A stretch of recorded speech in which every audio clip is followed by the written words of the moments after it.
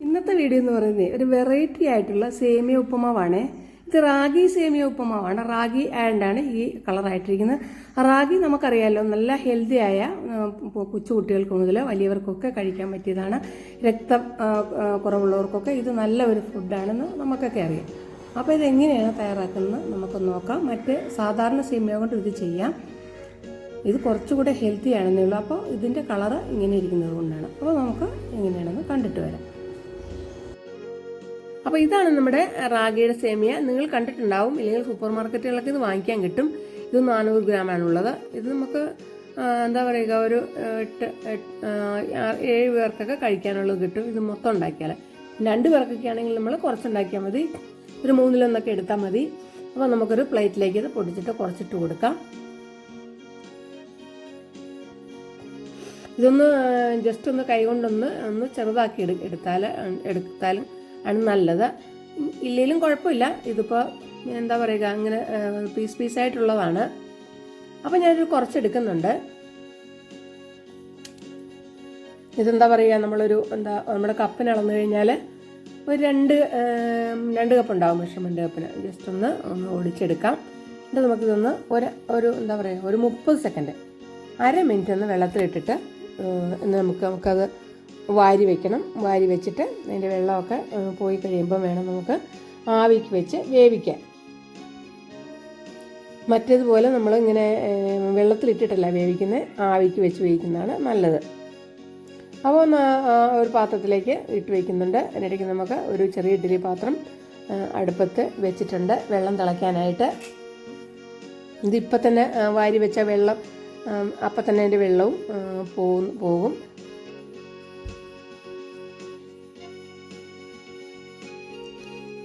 അപ്പോൾ നമ്മൾ ഒരരിപ്പ പാത്രത്തിലേക്ക് ഒന്ന് മാറ്റി വയ്ക്കാം. അപ്പോൾ നിങ്ങൾ ഇതുപോലെ ഒന്ന് ഉണ്ടാക്കി നോക്കിയിട്ട് അഭിപ്രായങ്ങൾ അറിയിക്കണേ.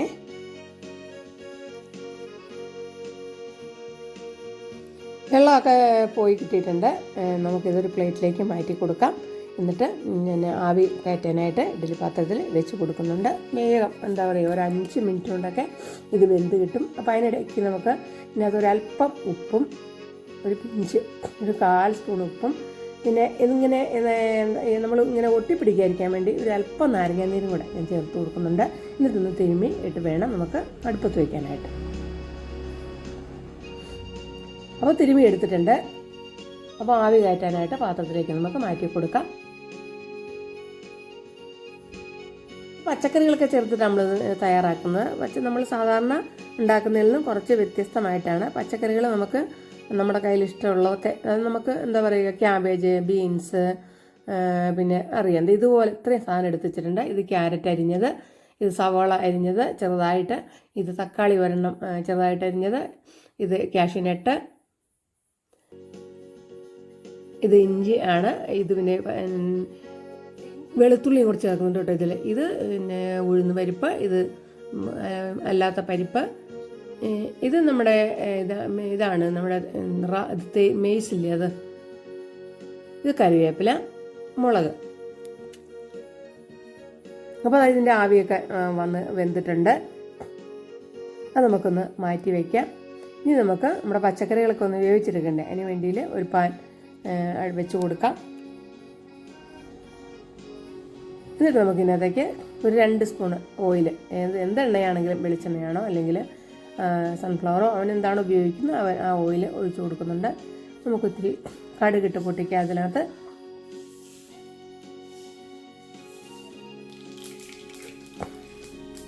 അപ്പോൾ ഇതിനാകുമ്പോൾ നമുക്ക് വേറെ കറിയൊന്നും വേണ്ട. നമുക്ക് വളരെ എളുപ്പത്തിൽ ബ്രേക്ക്ഫാസ്റ്റ് തയ്യാറാക്കി എടുക്കാം. ഇപ്പോൾ ഇട്ട് കൊടുത്തു ഉഴുന്ന് പരിപ്പാണ്. ഇനി നമുക്ക് ചനാദാൽ ഇട്ട് കൊടുത്തു. ഇനി നമുക്ക് കാഷ്യൂനട്ടും കൂടി ചേർത്ത് കൊടുത്തിട്ട് ഒന്ന് എന്താ പറയുക, ഒന്ന് അതിൻ്റെ കളറൊന്ന് ഫസ്റ്റ് മാറി ഒന്ന് പതുക്കെ ഒരു ഗോൾഡൻ കളറായി വരണം. തീ കുറച്ചിട്ട് ചെയ്യണേ. അപ്പോൾ അത് പതുക്കെ ഗോൾഡൻ കളറൊക്കെ ആയി വരുന്നുണ്ട്. ഇനി നമുക്ക് ഇതിനകത്തേക്ക് ബാക്കിയുള്ള സാധനങ്ങൾ ആദ്യം സവാള അരിഞ്ഞിട്ട് കൊടുത്തു. നമുക്ക് എന്തൊക്കെയാണ്, മുളകിട്ട് കൊടുത്തു. ഉണങ്ങിയ മുളക് കേട്ടോ, അതുകൊണ്ടാണ് അങ്ങനെ. ഇത് ഇഞ്ചി അരിഞ്ഞതിട്ട് കൊടുത്തിട്ടുണ്ട്. ഇനി നമുക്ക് വെളുത്തുള്ളി ഇട്ട് കൊടുക്കണം. വെളുത്തുള്ളിയൊക്കെ പൊടി പൊടിയായിട്ട് അരിയണം. സാധാരണ നമ്മൾ ഉപ്പുമാവിൽ വെളുത്തുള്ളി ചേർക്കാറില്ല, ഇത് ചേർക്കുമ്പോൾ നല്ലൊരു ടേസ്റ്റ് ഉണ്ട് കേട്ടോ. ഒന്ന് ചേർത്ത് നോക്കണേ നിങ്ങൾ. പിന്നെ കറിവേപ്പില ഇട്ട് കൊടുക്കാം. അപ്പോൾ അതൊക്കെ ഒന്ന് പതുക്കെ ഒന്ന് വാടി വന്നോട്ടെ, പച്ചമണമൊക്കെ മാറി. അപ്പോൾ ഇത് അല്പം മഞ്ഞൾപ്പൊടി, ഇത്തിരി ചെറിയൊരു കളറിന് വേണ്ടി മഞ്ഞൾപ്പൊടി ഇട്ട് കൊടുത്തിട്ടുണ്ട്. വേണമെന്ന് നിർബന്ധമില്ല കേട്ടോ. ഇനി നമുക്ക് ബാക്കിയുള്ളത്, അതായത് നമ്മുടെ ക്യാരറ്റ്, അതിനൊന്നും അധികം വേവില്ലല്ലോ, അതൊക്കെ ലാസ്റ്റ് ഇട്ട് കൊടുത്താൽ മതി. ക്യാരറ്റ് ഇട്ട് കൊടുത്തു, ഒന്നിളക്കി. പിന്നെ അത് നമ്മുടെ തക്കാളി അരിഞ്ഞ് വെച്ചിട്ടുണ്ട്, അതിട്ട് കൊടുക്കണം.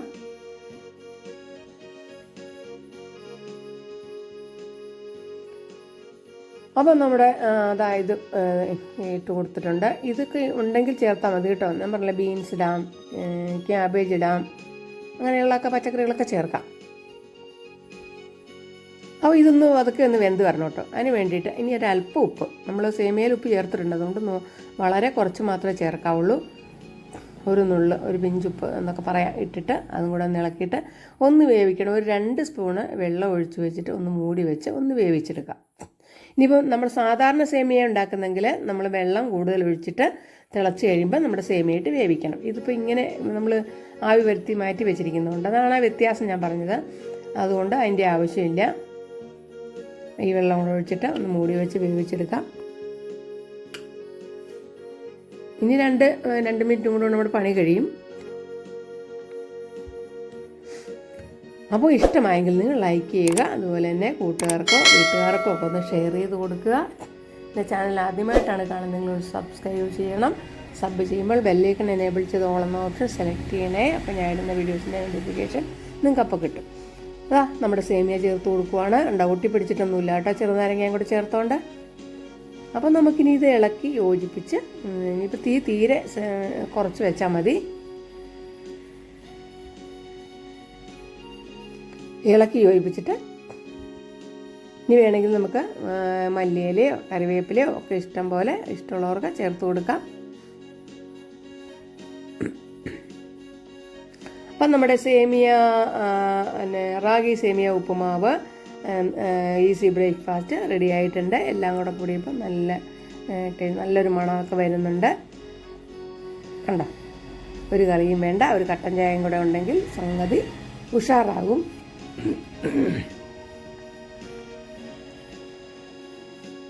അപ്പോൾ ഞാൻ കുറച്ച് കരിവേപ്പില ഇട്ട് കൊടുക്കുന്നുണ്ട്. മല്ലിയില എൻ്റെ കയ്യിൽ ഇപ്പോൾ ഇല്ല, ഞാൻ അതുകൊണ്ട് ഇടുന്നില്ല. അപ്പോൾ അടുത്ത നല്ല വീഡിയോ നമുക്ക് വീണ്ടും കാണാം. Thanks for watching.